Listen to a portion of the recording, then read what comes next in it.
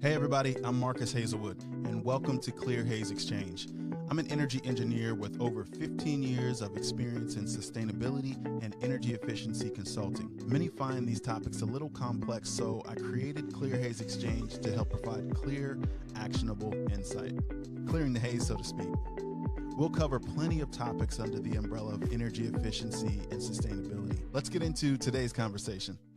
Welcome, listeners, to season 2 of Clear Haze Exchange, where we're exploring the hidden systems, blind spots, and perspectives shaping sustainable investments and facility decisions. Today's guest, we have Dave Ray. Dave Ray is a sustainability and ESG strategist with over 15 years of experience helping organizations translate environmental goals into operational reality. He has led sustainability audits, energy benchmarking, ESG program development, and green building certifications across large, complex portfolios, securing over 5 million in client incentives along the way. Dave has worked on high-profile projects including airports, convention centers, and gaming portfolios, and is a recognized leader in Nevada's sustainability community. Dave, welcome to the show.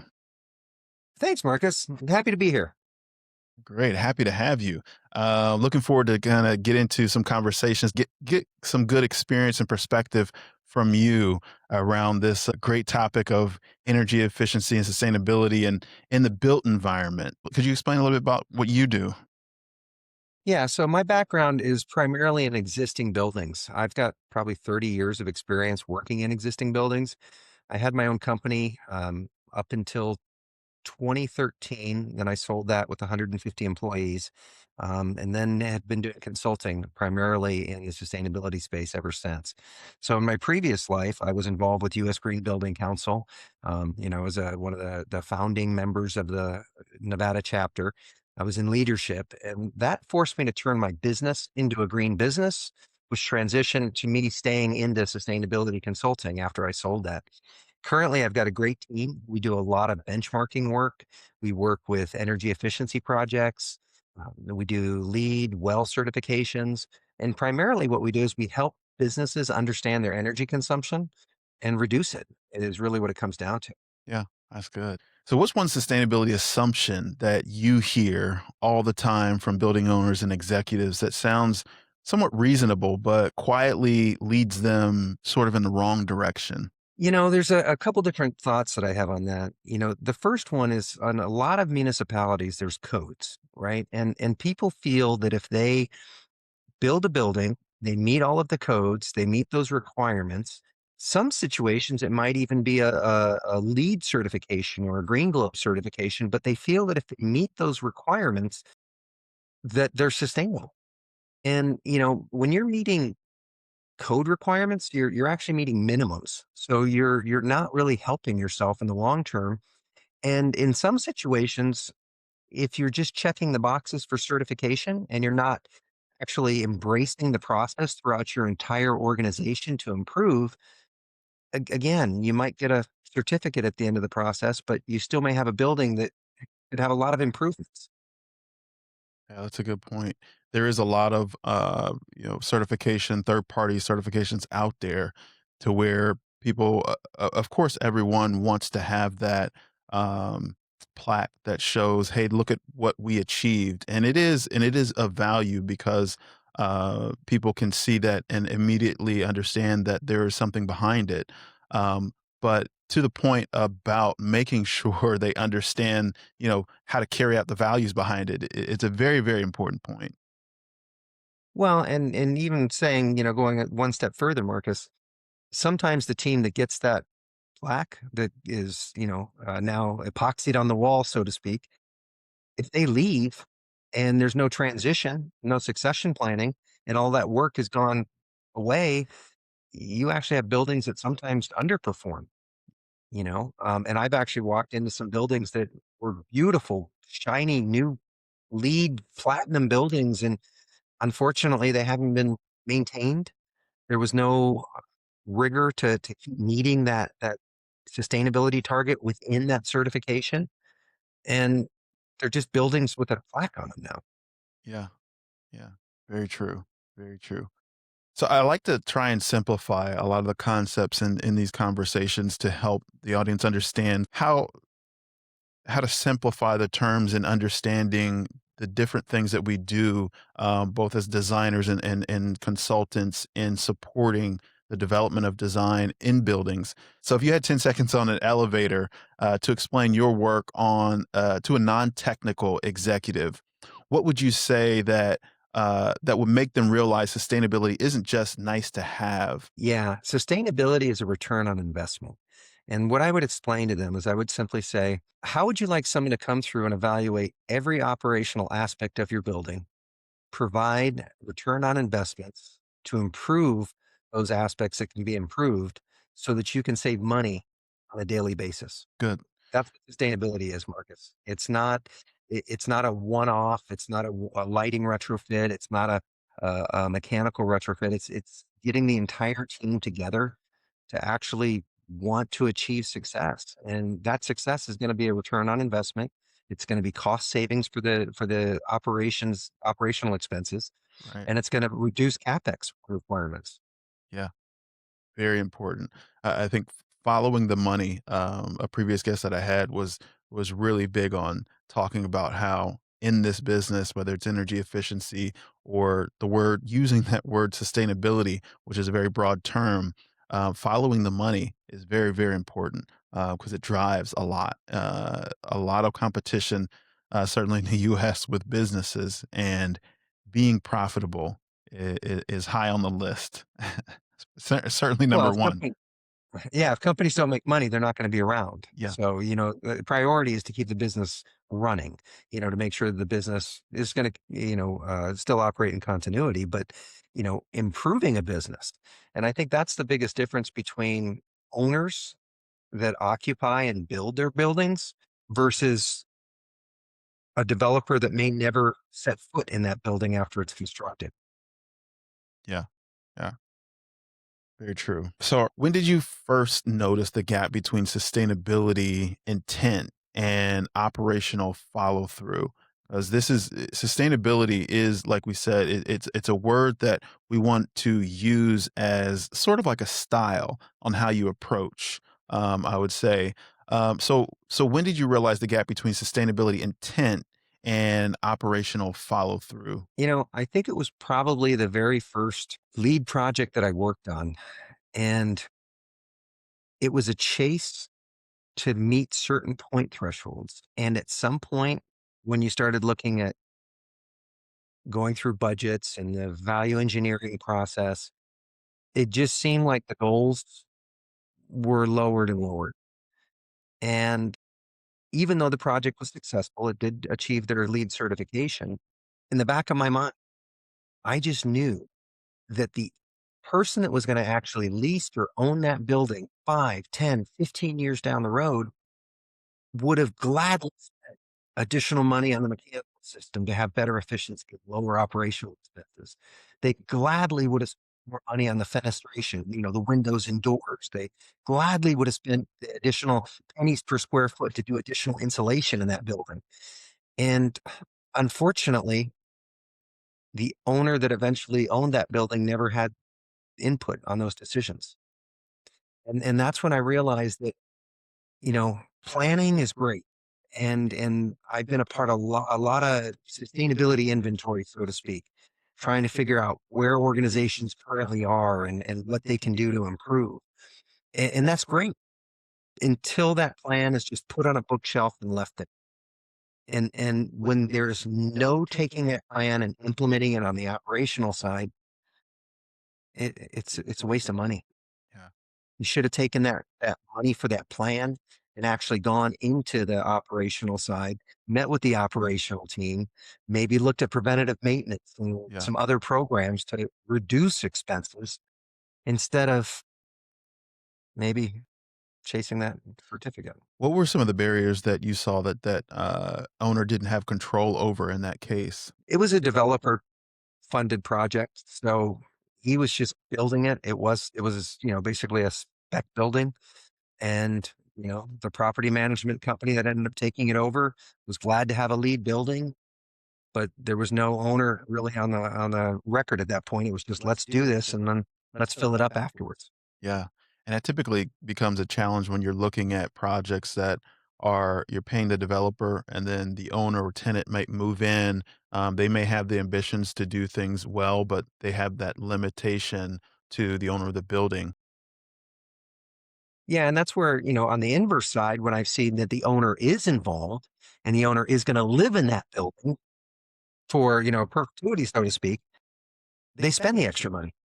They want to make sure that, when they're sitting in that corner office, when the sun comes in the afternoon, that they're not boiling. So they're going to spend extra money on the windows and the fenestration. They're going to spend more money on making sure that they have climate control throughout the facility so that it's not just one thermostat on a wall with, 15,000 square feet of cubicles. Yeah, very true. So you worked across ESG programs, and of course, lead. We talked about certifications, and also incentives. What's one pattern that shows up regardless of the sector or the building type? What I've seen is in some situations, people aren't aware of incentives that might be available. And there still are incentives available. I know that, a lot of incentives were taken off the books, so to speak, but even local utilities sometimes provide incentives. There's always state incentives. And I've been on projects where I just ask the question, did you look and see if there was an incentive? And everyone picks their head up and says, no, we didn't think there was an incentive. And then you can just go to, there's a few websites. I'll share one of them is Desire, usually has a lot of incentives on there. And, you can just go to your state. I actually found that there was a program from the Volkswagen money that was actually helping incentivize the replacement of old diesel engines with new clean diesel or other technologies. Yeah, So we were able to grab that incentive. And that's something I think that sometimes people just don't look to see what's available. But I know here in our state, we've had both water incentives and energy incentives for, gosh, decades at this point in time. yeah, yeah. And you're in Nevada. Correct. Yeah, and then of course where resources might be slim on the West Coast. I think California, Nevada, the water is more scarce than it is on the East Coast. Incentives may tend to be more readily available in certain areas, but that is a very good website that desire.com, DSIRE.com,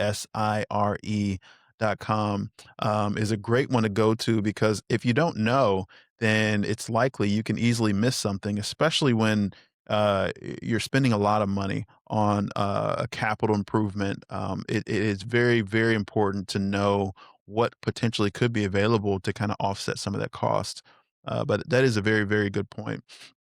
And speaking of that, Marcus, you have to check every year because every year they change. And when we start looking at a lot of the infrastructure across the country, especially with the power demand increasing, especially with data centers and some of these ever other high end users, utility companies need to incentivize energy savings for others so that they can expand.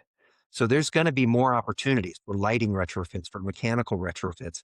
So always just keep checking. Every year, I make it a standard practice to reach out to all of our utilities in the state to see what are your incentives going to be for this upcoming year, so that we know how to guide and try to find some of that additional money because everything costs a lot more these days. So any Yeah, additional help that you can get is definitely going to make the project pencil out a little bit better. certainly, certainly. Certainly. So thinking a little bit more about the hidden systems that and things that owners may not see. From your perspective, what's the most overlooked system that determines whether sustainability investments actually pay off?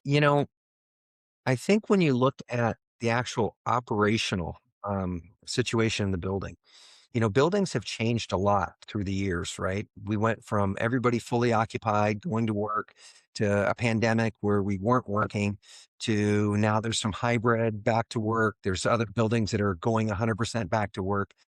And I don't believe looking at how these buildings have changed if all of the processes within the buildings were also changed. So, did we adjust set points? Did we adjust HVAC schedules and lighting schedules? Have we, put preventative maintenance practices together? When we were all, restricted from going and gathering in public, I know the facility directors were still there, but did they still have budgets to do the work on the equipment since there was questions whether tenants were even going to pay rent? Um, you know, Incentive programs I've already mentioned. Benchmarking is probably one of the biggest things.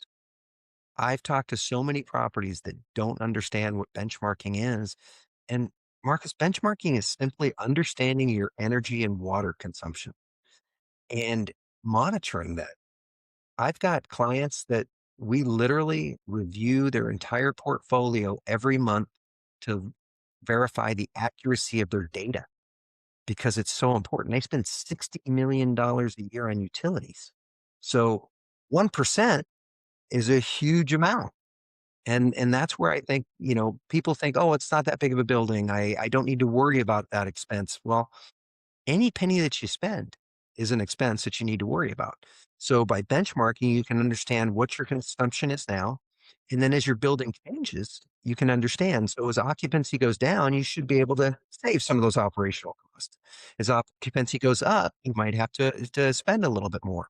If you bring in a restaurant, then obviously your gas consumption is going to go up if depending on what pieces of equipment are in their kitchen.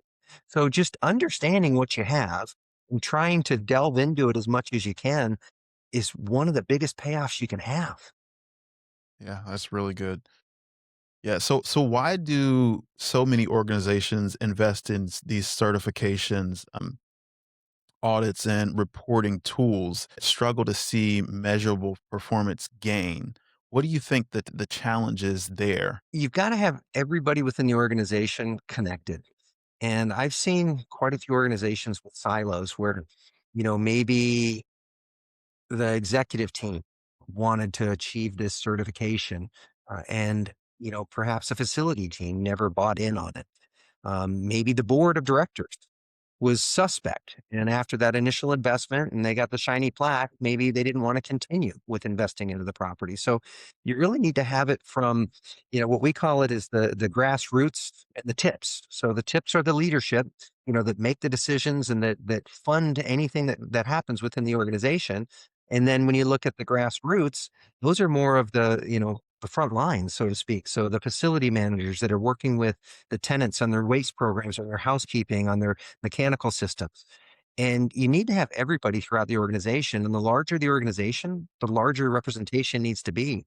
When we look at forming what we call green teams, which are basically buy in teams for sustainability, we try to get representation from every facet of the organization. So we want to make sure that we have food and beverage. We want to make sure that we have facilities. We want to make sure that we have security. We want to make sure that we have, the hotel staff. We want to make sure that, everybody is involved in understanding.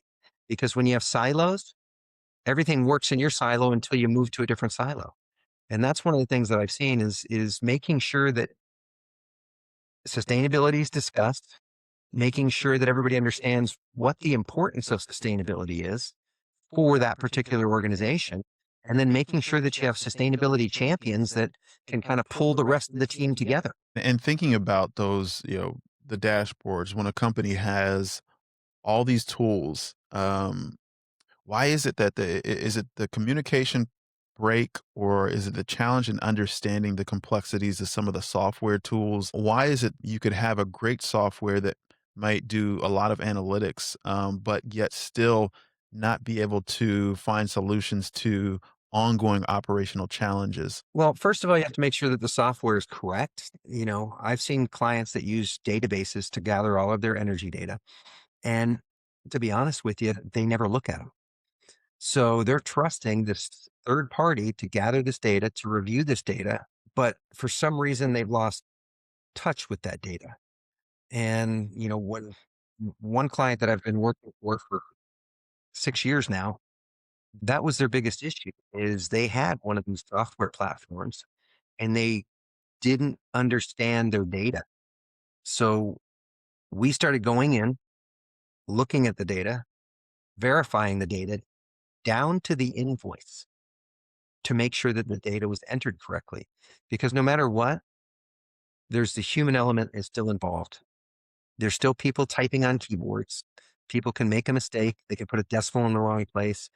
And that decimal in the wrong place or a fat finger move where you meant to type a 7 instead of a 9, can make a big difference. So what I've seen is, unfortunately, sometimes when people spend money on these great software programs that are very, very useful when used correctly, they don't ever look at it. They're like, oh, well, we've got so and so and they're doing it all. Well, so and so isn't in your building every day running your building. So you need to make sure that the people that are involved with the operation of that building are also looking at that data. I have meetings with my clients on a monthly basis where we review waste and utility data. And if utility data is over a 5% increase from the previous month or the previous month of the previous year, we always ask the questions, what's going on? Is there a leak? If there's a water issue, is there a boiler issue? The gas consumption has gone up or down. Is there a boiler that's been repaired?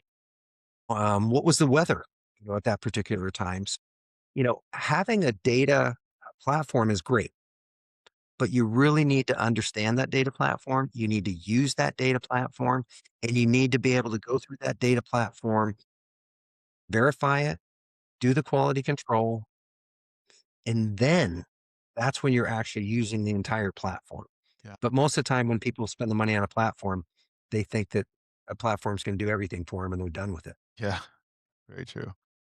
So if an owner were to ask, Dave, we want sustainability to guide smarter investments, not just optics. What's the first uncomfortable conversation they need to have internally? I think the internal conversation is sustainability important for the entire organization. I've seen situations where sometimes you have people that maybe have worked at an organization for an extended period of time and they think they're doing the best that they can possibly do. They're the person that's been there. They've got tenure on the team. No one's going to second guess them.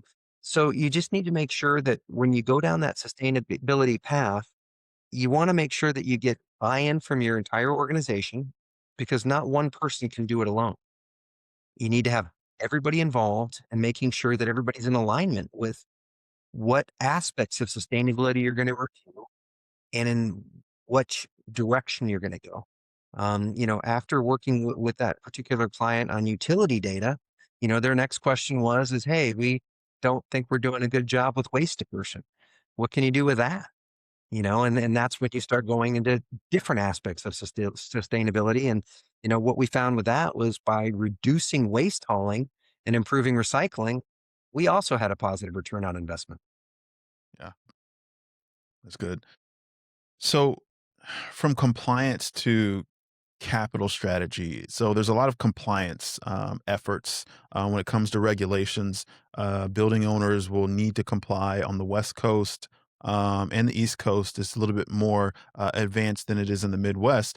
And particularly on the East Coast, there's local law 97 in New York to where building owners are required to improve their energy if it's not meeting that kind of average threshold, but in addition to that, to continue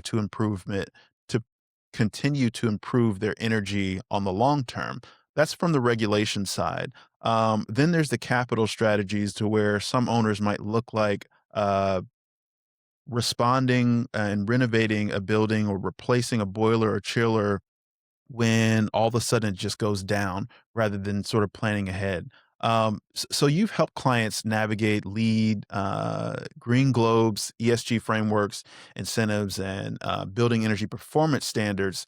Where do owners mistakenly treat these as the goals instead of the decision tools? Yeah, I think that we need to look at building performance standards are minimum requirements. Again, just like building codes. And although they're definitely, picking up the entire um, portfolio, across that municipality or across that state, that's the starting point. So, when you look at the cost of energy, let's not even worry about building performance standards. Let's look at cost of energy and cost of water. Nothing is getting cheaper at this point in time. We know that costs are going to continue to rise, demand is going to continue to rise, and at some point, costs are going to be exorbitant because you may have a municipality competing for the same energy that those data centers that they brought in are competing for. So, what we do is we say, let's look at your consumption. Let's look at everything that you've got going on that's using energy within your facility. Let's work on the basics first. The low cost, the no cost items, checking set points. Let's making sure that we have accurate data. Let's making sure that we understand what our consumption is at different times of the day, whether people are in the building or not. Let's go to that. And then let's look at all of the equipment that uses energy, and let's look at time frames. And let's look at how long this equipment, the lifetime of this equipment is supposed to be. And I know buildings that have equipment that maybe the boiler was supposed to last 20 years and it's on its 40th year and it's running just fine. But then you have to ask yourself, what is the continuity plan if failure occurs? And that's where, when you're in some of these high tech businesses with manufacturing, things like that, they can't go down. It has to be a planned process. So, what we'll do is we'll work with facilities to say, hey, do you have a certain preventative maintenance budget that we can look at for, just improving operational expenses? Let's do that as much as we possibly can. And then let's forecast what our big capital expenses are going to be in the upcoming years so that we can put some of that operational savings into kind of a little savings account or at capex savings. And that's what I always try to stress is don't just make these changes and stop, because even the great equipment that you buy now in 10 or 15 years will probably need to be replaced. So take a portion of that savings, whatever money is saved on those improvements, take a portion of that and put it aside so that it can start being spent towards your capex expenses that are going to be coming and going to be far greater than your opex expenses. That's good. So what would you say separates organizations that use sustainability to lock funding and incentives, kind of along the lines of how you're explaining now, from those that leave the money on the table? It's sort of a clear differentiator, um, but how does that? It's not always intentional. I guess you can say, but it's something that's sort of overlooked. But what would you say is separating organizations that are seeing it or not overlooking it versus the ones that are, or relying on designers to find it for them? I think every business has to look and every building has to look at short, medium, and long-term goals.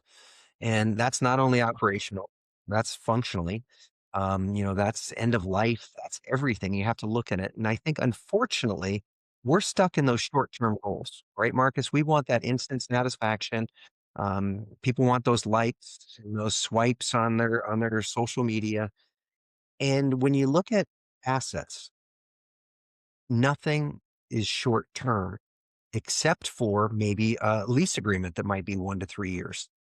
Everything else is a longer time frame. So I think what we need to look at is, let's look at the building as a whole ecosystem, including the tenants, right? And knowing that if we can keep that building where the tenants are happy, maybe the tenants don't leave. Yeah. Maybe if we spend that extra money before those tenants decide to give us notice because we're not making improvements to the building, then they never leave and they sign longer term leases. Maybe they start with a 3-year lease just to test the property and your team out. Yeah. Maybe you perform and the building performs and they see that their investment in their TI space is doing well. They see that their energy costs are actually going down as they stay longer in these buildings. Maybe they sign a longer lease. You know, if what I've seen, especially as markets move around, because in my city in Las Vegas, we at one point had very limited office building supply. And then it expanded into two areas. Basically the area off of Paradise and Flamingo, and then downtown had some office buildings. And just because of the nature of our city and the way that it grew, we now have major office buildings spread out more into the suburbs. And all of the tenants that were downtown, the only ones that are still there are the ones that need to be accessible to courts and downtown accessories, like maybe the municipalities, the government, the social services, if they're tied into that. And all of the other businesses have moved out so that people don't have to drive as far. And I wonder if they would have kept those buildings up, if they would have kept the preventive maintenance up, if they would have stayed investing into those buildings, would those tenants have ever wanted to leave? Yeah. That's a good point. That long-term thinking is I see a lot as well myself in understanding how to get, whether it's teams or really the owner, the one investing in these, capital projects, we have to think long term. It's not just a sustainability, effort to do a life cycle cost analysis, or a life cycle analysis on materials. The value in that is, understanding the carbon impact is one thing, but it also allows you to look at the long-term impact of the materials, the ongoing consumables, but also those initial products that you're investing in to build the building, to fit out the space. But it allows you to think about what is the long-term impact from a cost perspective, and that kind of checks the boxes of the environmental and everything else. But still, again, getting back to that piece of thinking cost driven thoughts and cost driven impact, it's a very important to think on long term value. I agree. Yeah, and it seems like it ebbs and flows, right? There's money one day for sustainability, the next day there's not, and that's why just looking at efficiencies, creating not just utility efficiencies, but operational efficiencies within your organization. That's the ongoing process, and don't look at sustainability as an end goal. Sustainability is a journey that continues because some of the best technology and best energy efficiency and equipment that we have today will be outdated. If you look at the first cell phones that we had, what, 15 years ago compared to now, I don't know about you, Marcus, and I might age myself with this, but I actually started my professional career with a pager because there weren't cell phones. So I was pretty excited that I had a pager and I had a keyboard in my office that we could send texts out to everybody in my organization. We were high tech at that point. Yeah, at that point, I was wearing the cases because I didn't actually have a pager inside of it, but I would wear the clip on my belt to make it seem like because I was in high school. Yeah. That's funny. I remember doing that. Yeah, pagers, the time technology has changed, but there is that long-term thinking is very important in terms of the value and profitability, really, when you're And thinking the about education's assets. available. The research is available. And that's the biggest difference is it used to be even 10, 15 years ago, access to information wasn't there. Now it's there, so if you want to look up best practices for a university, you can go online and look up, preventative maintenance schedules, operations and maintenance schedules. So, I mean, we always kind of try to tell people learn from the best in your industry, take those little nuggets and grow them within your own organization. Yeah, that's good. So you've seen thinking about leadership and long-term value. I did want to ask one question first, actually, before I go there. What metrics or narrative actually resonate with CFOs, boards, and public sector stakeholders when sustainability investments are on the table? I think that when you start looking at energy consumption, water consumption, those are the big ones. Going forward, we're all going to have to start looking at kind of upstream, downstream. We're going to have to hold our vendors more accountable. We're going to have to look at implementing different programs at different times. And I think the biggest thing is making sure that an organization is moving forward.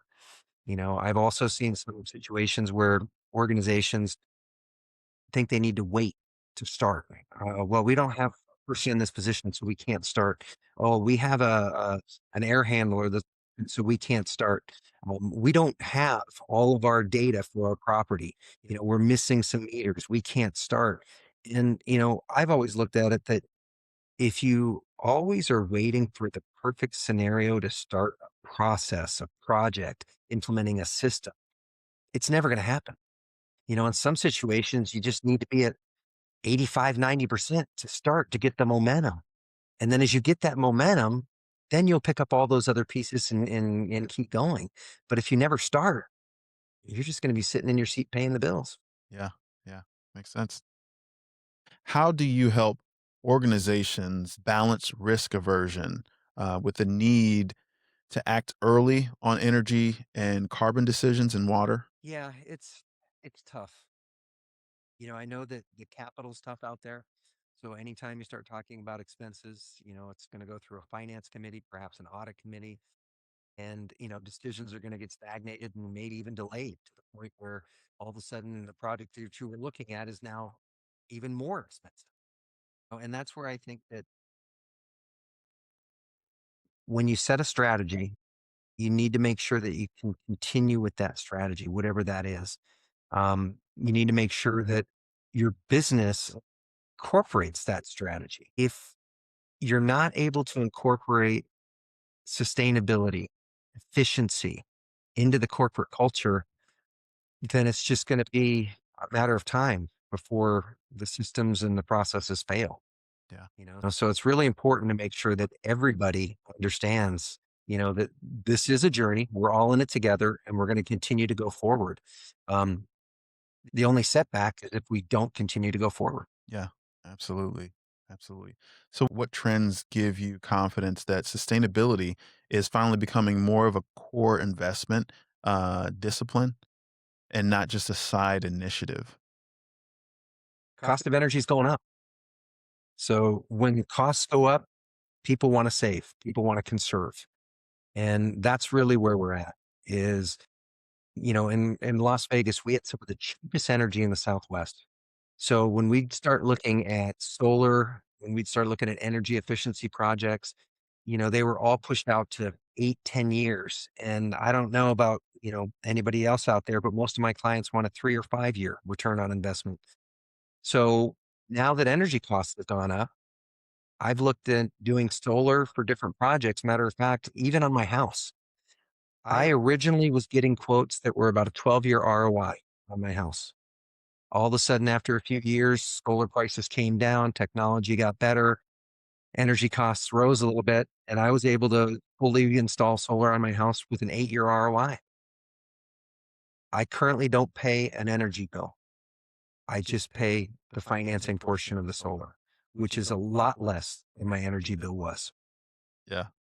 That's good. So I would say sustainability is you're always going to have organizations, like I look at Patagonia, they did a huge land transactions to build national parks in Argentina.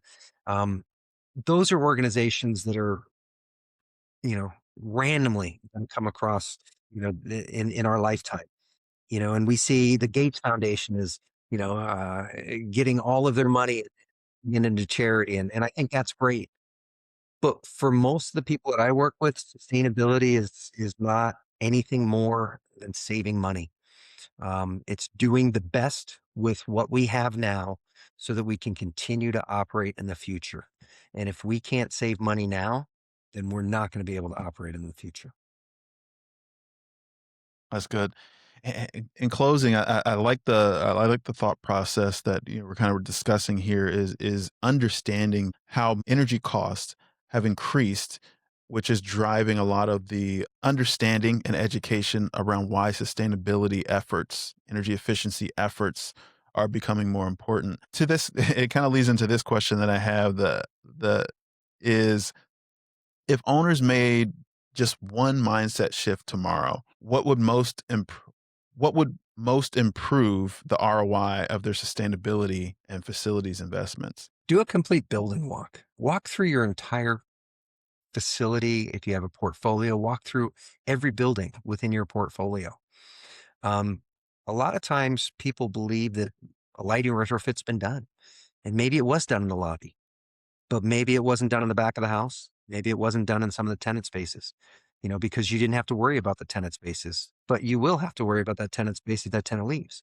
So, I would say best thing that somebody can do is walk through their building, walk through it when it's occupied and walk through it when it's unoccupied. Um, I always find it interesting. It doesn't happen nearly as often as it used to, but it used to happen quite often where in the middle of the night, you'd look at, across a skyline and you'd see office buildings all lit up, at 1, 2 in the morning. And nobody knows because nobody's up and looking at those office buildings. So, what I will do with clients is I say, hey, let's walk the facility during normal operations. Let's walk it when your facility manager gets here. Let's see what's happening with that situation. And let's walk it after the tenants leave and after the housekeepers leave. Let's see what's running. Let's monitor your energy consumption. I worked on a project that they didn't realize that for some reason at 2 in the morning, they had a huge energy consumption event every night until we went to the facility at 2 in the morning to figure out what it was. And it was a big, huge air handling system that for some reason was programmed to come on when nobody was there. Yeah. Wow. Well, you don't know what you know until you know. And that's the downside. Like people just go to the offices, they have their meetings, they make the deals, they're doing everything. And they don't realize that maybe the lighting schedule's off, the HVAC schedule's off, the set points are off, and maybe just pay attention to the equipment that you paid for. Energy is expensive. It's the second largest expense next to people. Yeah. Yeah. That's good. Well, Dave, I really appreciate this conversation. I think you've given a lot of good insight around energy efficiency and sustainability, especially the hidden systems and operating systems behind buildings. So I appreciate this candid conversation that we've had, and hopefully the audience has something to think about and consider. Certainly learned a lot from this conversation. And anything else you had to share as we part? Yeah, no, the only thing I would have to share is at some point you have to start the journey. So don't wait for the perfect time because the perfect time is never going to happen. Great. Excellent. Thanks, Dave. All right. Thank you, Marcus. I appreciate you taking the time today. Absolutely. Thanks for listening to Clear Haze Exchange. New episodes drop every 2 weeks. You can catch Clear Haze Exchange on Apple Podcasts, Spotify, Pandora, iHeartRadio, and more. Let's clear the haze about sustainability and energy efficiency together. Subscribe now and join the conversation.